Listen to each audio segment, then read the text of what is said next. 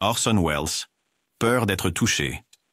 Pour un homme qui attirait l'attention avec sa voix retentissante et son génie cinématographique, Orson Welles portait une peur profondément personnelle et isolante, l'aphéphobie, la peur du contact. Ce n'était pas simplement une préférence pour l'espace personnel. C'était une aversion si forte qu'il reculait instinctivement au contact physique, que ce soit une poignée de main, une tape dans le dos, ou même un simple geste d'affection. Welles gardait une distance notable. Certains pensaient que cette peur provenait d'un traumatisme d'enfance, bien qu'il en parlât rarement. Cela s'étendait au-delà de sa vie personnelle. Ses plateaux de tournage étaient aménagés pour s'adapter à son inconfort, souvent en s'appuyant sur des techniques de mise en scène qui le tenaient physiquement éloigné de ses costars.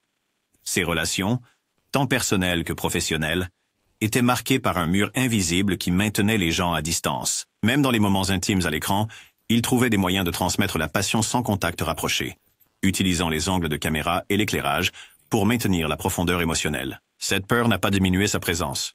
Au contraire, elle a contribué à la mystique d'un homme dont le génie était aussi intouchable que lui. Fred Astaire. Peur des ascenseurs. Grâce, élégance et mouvement apparemment sans effort définissaient Fred Astaire à l'écran. Mais peu de gens savaient que l'homme qui a dansé son chemin dans l'histoire d'Hollywood était saisi par une peur écrasante des ascenseurs. Ce n'était pas juste un léger inconfort. C'était une phobie profondément enracinée qui a façonné sa vie quotidienne. Peu importe la hauteur du bâtiment, il prenait les escaliers, parfois se fatiguant avant les représentations. Sa peur n'était pas entièrement irrationnelle. Les ascenseurs étaient encore considérés comme peu fiables à ses débuts, et les histoires de pannes mécaniques ne faisaient qu'alimenter son anxiété. Même avec l'amélioration de la technologie, sa phobie ne s'est jamais apaisée. Les studios de cinéma devaient s'adapter à ses besoins, en assurant l'accès par les escaliers à chaque endroit. Les arrangements de voyage étaient planifiés méticuleusement pour éviter les situations où un ascenseur était inévitable.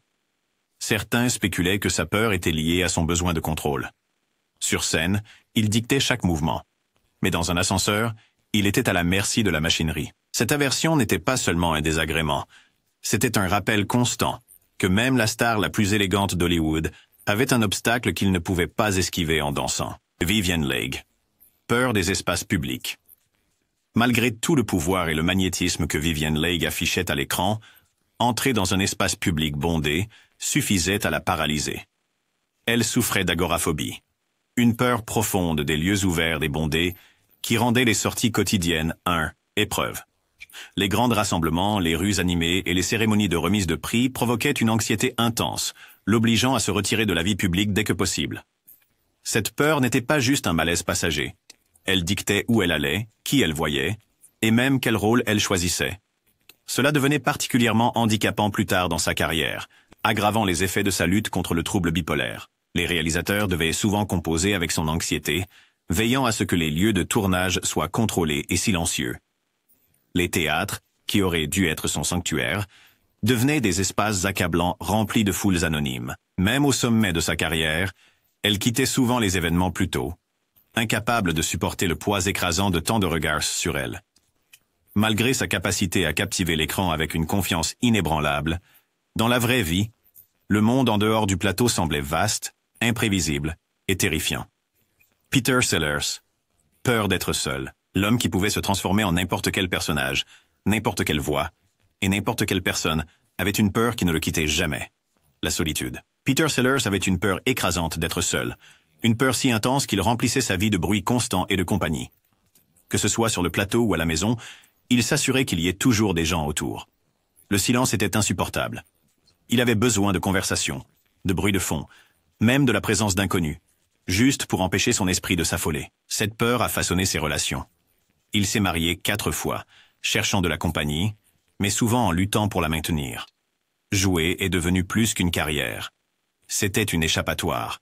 Chaque rôle lui permettait de disparaître dans la vie de quelqu'un d'autre, évitant les moments de calme où il devait se confronter à lui-même. Son besoin de contact social constant entraînait parfois des décisions impulsives, des dépenses somptuaires pour des entourages et une incapacité à trouver la paix. Même au sommet de sa célébrité, avec le monde à ses pieds, il fuyait encore.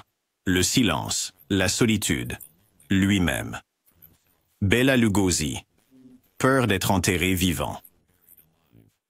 L'homme qui était populaire pour être sorti vivant d'un cercueil avait en fait peur d'être enterré vivant.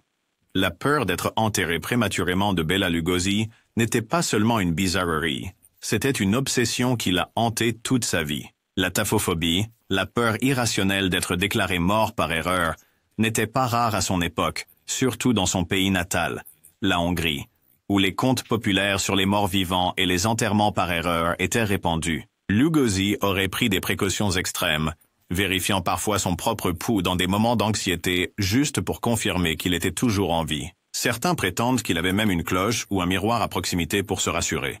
Sa fixation sur cette peur s'est répercutée sur son travail. On disait qu'il dormait dans un cercueil pendant le tournage de Dracula, non pas comme un coup de publicité, mais comme une manière d'affronter sa paranoïa. Même dans la mort, sa phobie est restée une partie de son héritage. Lugosi a été enterré célèbrement dans sa cape de Dracula, une décision que beaucoup ont vue comme un clin d'œil symbolique au rôle qu'il a défini. Mais peut-être, dans son esprit, c'était une dernière tentative pour s'assurer qu'il ne serait pas oublié sous terre. Jean Harlow. Peur de l'électricité. La première bombe blonde d'Hollywood avait une peur cachée que peu de gens connaissaient. Jean Harlow était terrifié par l'électricité. Ce n'était pas seulement une aversion pour les chocs ou l'électricité statique. C'était une véritable phobie qui dictait sa vie quotidienne. Elle évitait d'allumer les lumières, de toucher des fils exposés ou même de rester dans des pièces avec des câblages défectueux. La peur venait d'un traumatisme d'enfance. Son père l'avait averti des dangers de l'électrocution, et cette peur ne l'avait jamais quitté. Sur le plateau, les membres de l'équipe prenaient des précautions supplémentaires, veillant à ce qu'aucun fil lâche ou ampoule étincelante ne soit dans son champ de vision. Des amis se souvenaient comment elle refusait d'utiliser certains appareils, comptant sur d'autres pour manipuler tout ce qui était électrique. Certains pensent que cette phobie a contribué au retard dans son traitement médical. Lorsqu'elle est tombée malade lors de ces dernières années, des interventions précoces impliquant du matériel médical électrique ont peut-être été évitées en raison de son anxiété. Que cette peur ait été rationnelle ou non, elle l'a suivie jusqu'à la fin, une ombre derrière les lumières éblouissantes de l'âge d'or d'Hollywood. Marlon Brando. Peur des germes. Marlon Brando, connu pour ses performances brutes et sans filtre, avait une chose qu'il ne pouvait jamais pleinement contrôler, sa peur écrasante des germes. Ce n'était pas seulement une préférence pour la propreté, c'était une paranoïa intense qui dictait ses interactions avec les gens, ses espaces de vie et même ses choix de carrière. Il détestait serrer la main et s'essuyait souvent les paumes immédiatement après un contact inévitable. Les invités chez lui devaient parfois se laver les mains plusieurs fois, et il était connu pour désinfecter les surfaces de manière obsessive. Sur le plateau, cette peur créait des défis. Il refusait parfois les scènes de contact rapprochées ou insistait sur des précautions personnelles qui ralentissaient la production. En vieillissant, la phobie s'est intensifiée, contribuant à son mode de vie reclus. Ces maisons étaient souvent décrites comme des forteresses isolées, conçues pour éloigner la contamination. Certains pensent que son aversion pour le monde extérieur concernait autant les germes que les gens. La présence imposante de Brando à l'écran masquait les profondes angoisses qui rendaient son monde hors écran beaucoup plus restreint. Un endroit où le contrôle de la propreté constituait la seule source de sécurité. Greta Garbo. Peur des foules. Greta Garbo, la star qui a défini l'âge d'or d'Hollywood, a passé la majeure partie de sa vie à fuir la chose même qui l'a rendu célèbre, Jean. Sa peur des foules n'était pas seulement une préférence artistique pour la solitude. C'était une anxiété intense qui dictait chacun de ses mouvements. Au sommet de sa carrière, elle évitait les premières, manquait les cérémonies de remise de prix et donnait rarement des interviews. Même marcher dans les rues de Hollywood était une épreuve. Elle se déguisait, changeait de parcours et trouvait des moyens d'éviter les rencontres publiques. Cette peur s'étendait à son travail. Elle insistait pour tourner les scènes avec le moins de personnes possible sur le plateau, créant une intimité qui est devenue sa marque de fabrique. Mais même la comédie ne pouvait pas la maintenir sous les projecteurs longtemps. Dans les années 1940, elle disparut complètement, se retirant dans un appartement isolé à New York où elle vécut pendant des décennies, évitant soigneusement le monde extérieur. Ce n'était pas seulement un désir de confidentialité, c'était une évasion d'une peur qui avait façonné toute sa vie. Son héritage en tant que star la plus mystérieuse d'Hollywood n'était pas seulement un choix, c'était une question de survie. Katharine Hepburn. Peur de parler en public. Pour quelqu'un qui dominait l'écran avec une voix et une présence incontestables, Katharine Hepburn nourrissait une peur paralysante de parler en public. Ce n'était pas seulement le trac. C'était une anxiété si profonde qu'elle évitait les apparitions en public autant que possible. Les cérémonies de remise de prix, les événements de presse, même les simples interviews, tout était source de terreur. Même en privé, parler devant de grands groupes la rendait mal à l'aise. Certains disent que sa peur découlait d'un besoin intense de contrôle. Sur un plateau de tournage, elle pouvait répéter, affiner et perfectionner chaque ligne. Mais sur scène ou devant un public, il n'y avait pas de filet de sécurité. Elle répétait souvent de manière obsessionnelle, non par vanité, mais parce que l'idée de trébucher sur ses mots devant les autres était insupportable. Malgré ses nombreuses récompenses aux Oscars, elle a notoirement évité les cérémonies, préférant laisser son travail parler de lui-même. Bien que sa confiance à l'écran était légendaire, derrière la caméra, elle a passé sa vie à éviter les feux de la rampe quand ce n'était pas scénarisé. Clark Gable. Peur de voler. Le héros ultime d'Hollywood, Clark Gable, était l'image même de la confiance à l'écran. Pourtant, l'idée de monter dans un avion le remplissait d'effroi. Sa peur de voler n'était pas simplement une gêne, c'était une phobie qui a influencé sa carrière et sa vie personnelle. Il préférait les longs, épuisants voyages en train à travers le pays plutôt que de supporter quelques heures dans les airs. La source de cette peur remonte à son expérience de guerre. En tant que membre des forces aériennes de l'armée américaine pendant la Seconde Guerre mondiale, il a participé à plusieurs missions, dont l'une a failli se terminer en désastre. Bien qu'il ait survécu, le traumatisme lui a laissé une peur insurmontable de l'aviation. Après la guerre, il a refusé les rôles qui nécessitaient de nombreux voyages en avion, limitant ainsi sa carrière à une époque où les tournages internationaux devenaient plus courants. Même dans ces dernières années, il évitait les vols commerciaux autant que possible. Pour un homme qui incarnait des héros intrépides, cette vulnérabilité cachée était l'un des secrets les mieux gardés d'Hollywood. Joan Crawford. Peur de la saleté. La peur de Joan Crawford de la saleté allait bien au-delà d'une simple préférence pour la propreté. C'était une obsession dévorante qui dictait chaque aspect de sa vie. Elle se lavait les mains compulsivement, parfois jusqu'à les rendre à vif. Les visiteurs de sa maison devaient souvent se laver les mains à leur arrivée. Sa peur des germes s'étendait aux personnes autour d'elle. Les membres du personnel devaient maintenir des standards d'hygiène presque impossibles. Et même les covedettes étaient soumises à un examen minutieux. Sur les plateaux de tournage, elle apportait souvent sa propre vaisselle, refusant de manger dans quoi que ce soit qui n'avait pas été désinfecté à sa satisfaction. Elle évitait de serrer la main autant que possible, préférant un salut poli à la place. Certains pensent que cette obsession trouvait ses racines dans son enfance difficile, où la pauvreté et l'instabilité rendaient le contrôle de son environnement impossible. À Hollywood, elle a trouvé le succès, mais la propreté est devenue un moyen de contrôler un monde qui avait autrefois été chaotique. Son souci du détail a contribué à sa réputation de perfectionniste, mais en dessous résidait une peur inébranlable de la contamination, qu'elle ne pouvait jamais vraiment effacer. Alfred Hitchcock. Peur des œufs. Pour un homme qui a construit sa carrière sur la création de terreurs psychologiques, la peur la plus profonde d'Alfred Hitchcock était étonnamment ordinaire. Les œufs. L'ovophobie, une aversion intense pour les œufs, peut sembler triviale, mais pour Hitchcock, c'était une horreur plus grande que n'importe lequel de ses films.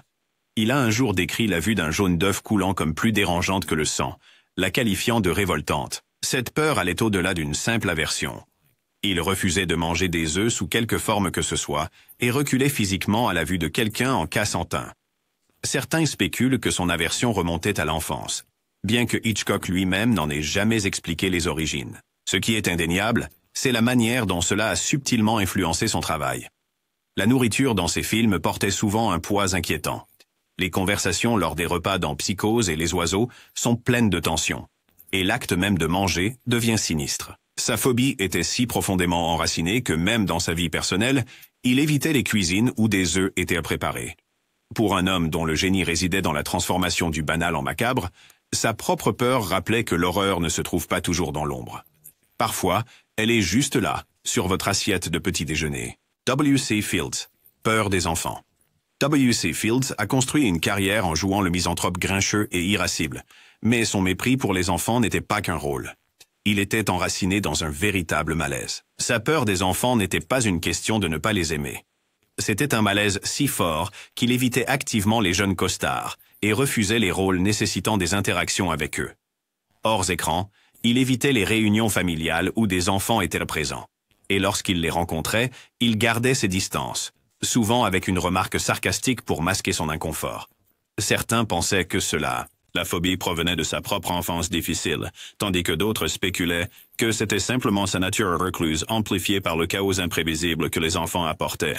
Ironiquement, sa peur est devenue une partie de son personnage comique.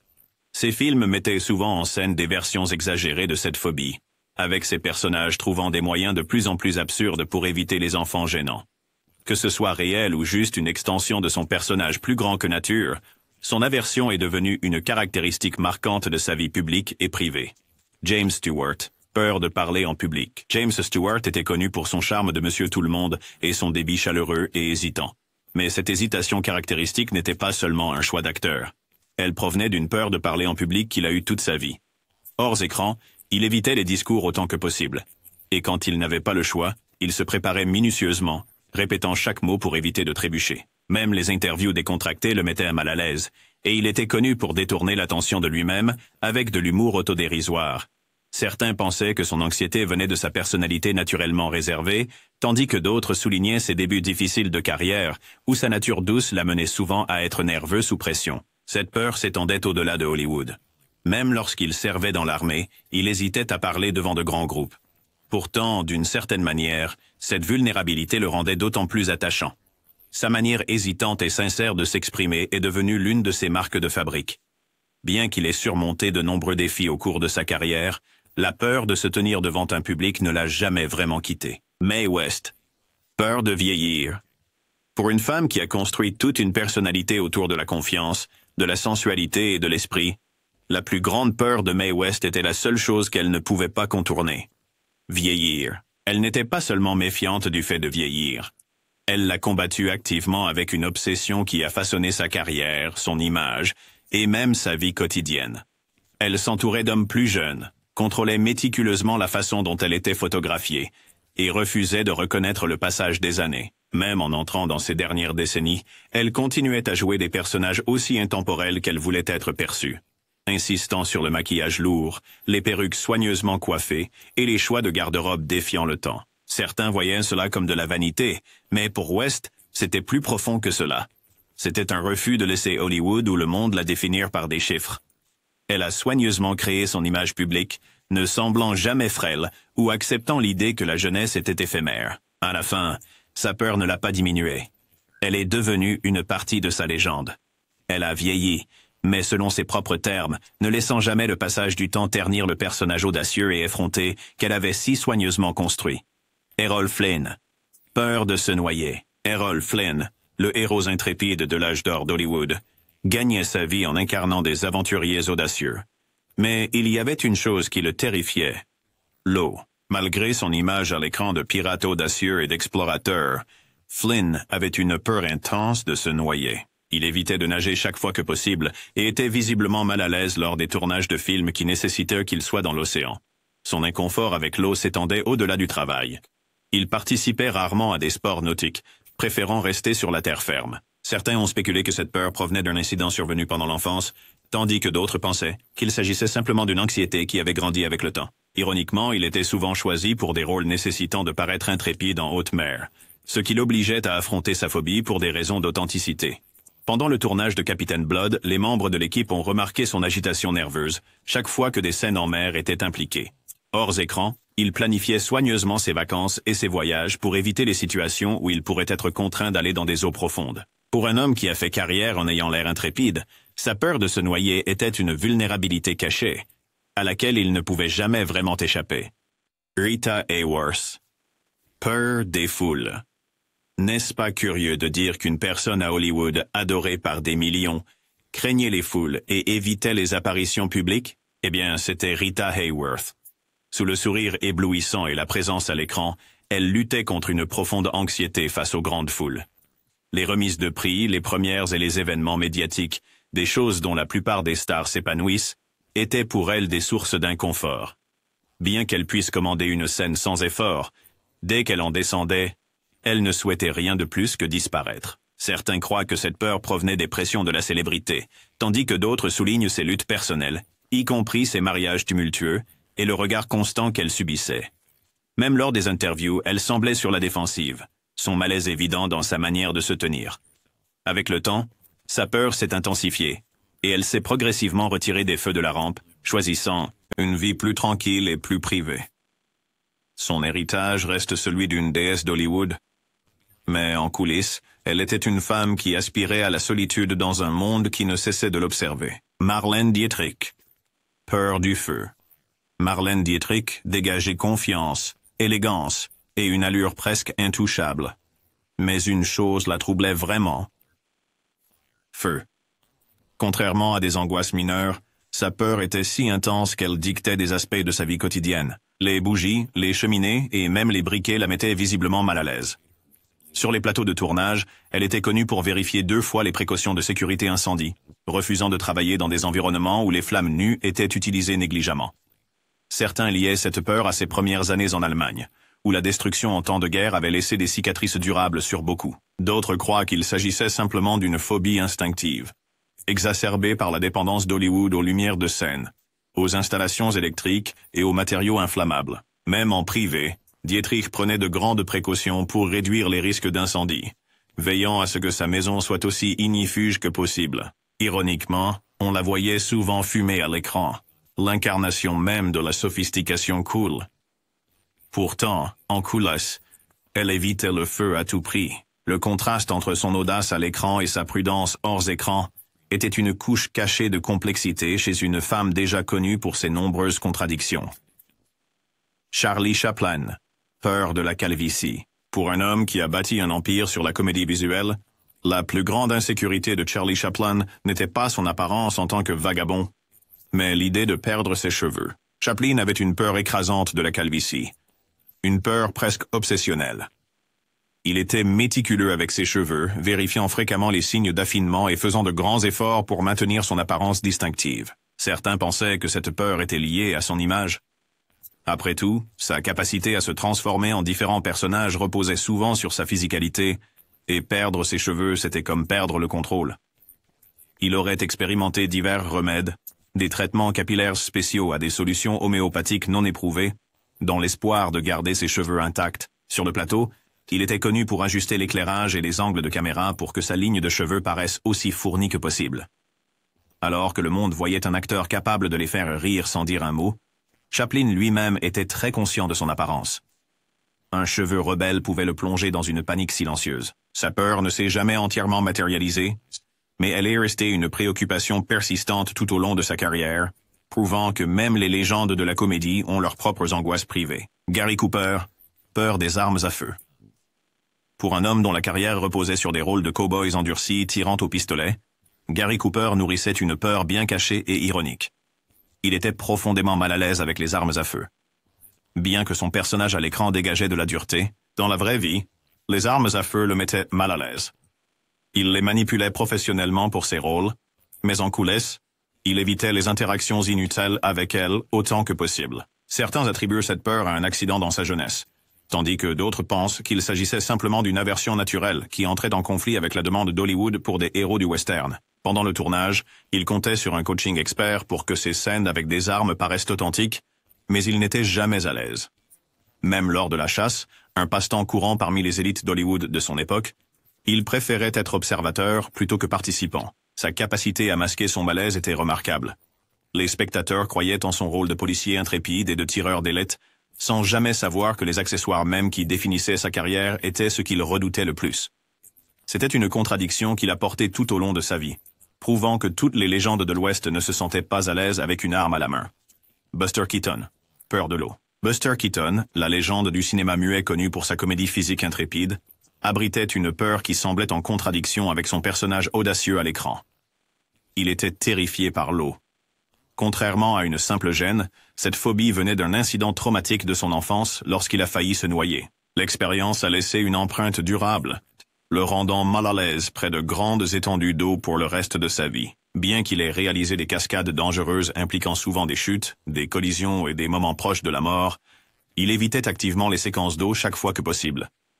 Lorsque les films nécessitaient son interaction avec l'eau, il planifiait méticuleusement chaque mouvement pour garder le contrôle de la situation. Hors écran, il évitait les lacs, les rivières et l'océan, participant rarement à des activités comme la natation ou le bateau. Cette peur contrastait fortement avec son image à l'écran. celle d'un homme qui pouvait survivre à n'importe quel péril, avec une expression impassible. Mais alors que le monde voyait un feu casse-cou intrépide, Keaton portait une peur silencieuse, prouvant que même les artistes les plus courageux avaient leur propre vulnérabilité cachée. Cary Grant, peur des éclairs. Cary Grant, l'incarnation du charme et du sang-froid sans effort, avait une peur qui pouvait ébranler sa tranquillité, les éclairs. Contrairement aux petites anxiétés, cette peur frôlait la phobie.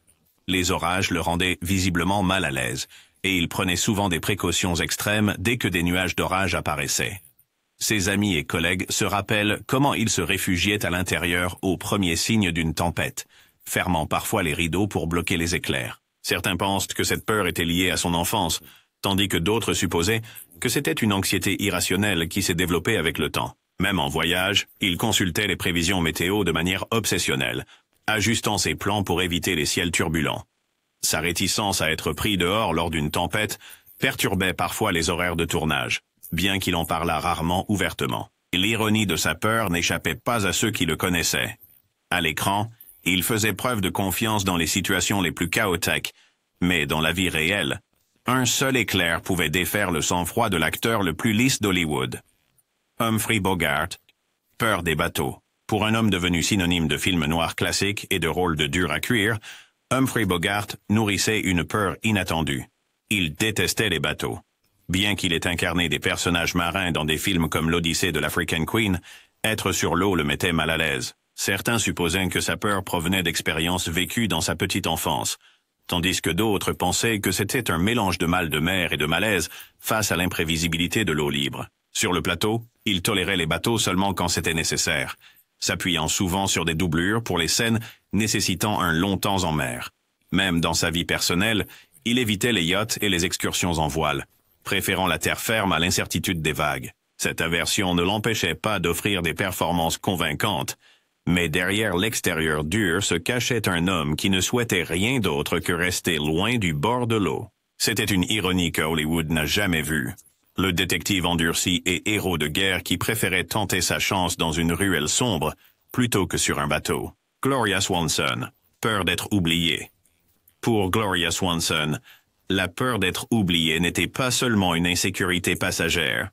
C'était une angoisse dévorante qui a façonné sa carrière et sa vie personnelle. Contrairement à de nombreuses stars du cinéma muet qui ont sombré dans l'oubli avec l'arrivée des films parlants, Swanson a refusé d'être laissée pour compte. Elle s'est battue pour rester pertinente, en soignant soigneusement son image et en choisissant des rôles qui la maintenaient sous les feux de la rampe. Même après que Hollywood soit passé à autre chose, elle a travaillé sans relâche pour maintenir sa place dans l'industrie, s'engageant dans la radio, la télévision et des apparitions publiques pour rappeler au monde son héritage. Cette peur a également influencé sa vie personnelle. Elle s'entourait d'admirateurs et s'assurait que son influence ne faiblesse jamais. Son rôle le plus célèbre dans Boulevard du Crépuscule reflétait étrangement sa plus profonde anxiété, incarnant une star autrefois glamour, luttant contre l'irrélevance. Alors que le public célébrait son retour, Swanson y voyait un avertissement brutal. Elle a vécu sa vie en s'assurant de ne jamais être qu'une note de bas de page dans l'histoire, et finalement, elle a réussi. Son nom reste immortel, tout comme elle avait toujours craint qu'il ne le soit pas. Pas seulement les anciennes célébrités, même les nouvelles ont des phobies étranges. Jennifer Aniston, peur de l'avion. Jennifer Aniston, adorée pour son rôle dans Friends et sa carrière cinématographique, a longtemps lutté contre une peur intense de l'avion. Ironiquement, son travail nécessite souvent des voyages en avion fréquents pour les tournages de films et les tournées de presse, la forçant à affronter cette phobie de front. Elle est décrite comme s'agrippant à son siège ou cherchant à se distraire pendant le décollage et les turbulences, utilisant la conversation et l'humour comme mécanisme de gestion. Certains de ses amis proches ont mentionné comment son anxiété peut s'intensifier avant de grands voyages, rendant même le côté glamour de la vie à Hollywood intimidant. Malgré son inconfort, Aniston continue à prendre l'avion parce que sa carrière l'exige, prouvant que sa résilience dans la vie réelle reflète la détermination enjouée que les fans voient à l'écran. Adele, track. Bien que sa voix ait empli des salles de concert dans le monde entier, Adele souffre d'une peur de la scène si paralysante qu'elle peut la mener aux larmes avant les spectacles. Les fans pourraient être surpris qu'une personne avec une telle présence dominante puisse être si mal à l'aise sous les projecteurs. Sa peur ne concerne pas uniquement le fait d'atteindre chaque note parfaitement. Il s'agit de dévoiler son âme devant des milliers d'étrangers et de craindre leur jugement. De nombreuses histoires circulent sur elle, arpentant les coulisses, les mains tremblantes, répétant des phrases et des vocalises pour calmer ses nerfs. Pourtant, dès qu'elle monte sur scène, sa vulnérabilité se transforme en une puissance brute. Le combat d'Adele contre l'anxiété nous rappelle que même un talent incomparable s'accompagne de ses propres défis. Taylor Swift. Peur des oursins. Taylor Swift, connue pour ses albums qui battent des records et ses tournées mondiales à guichets fermés, nourrit une peur inhabituelle. Les oursins. Elle a ouvertement parlé de sa phobie lors d'interviews, décrivant ces créatures à épines acérées comme des cauchemars cachés sous la surface de l'océan. Ironiquement, l'image de Swift inclut souvent des scènes de plage et des ambiances d'été, mais elle admet se sentir mal à l'aise dès qu'elle entre dans des eaux inconnues. La possibilité de marcher accidentellement sur un de ces animaux épineux suffit à garder ses chevilles hors de l'eau. Bien que cela puisse sembler trivial par rapport aux exigences de la célébrité, la peur de Swift est un rappel poignant que, peu importe à quel point ils sont posés ou réussis, les célébrités peuvent avoir des angoisses très terre-à-terre. Megan Fox.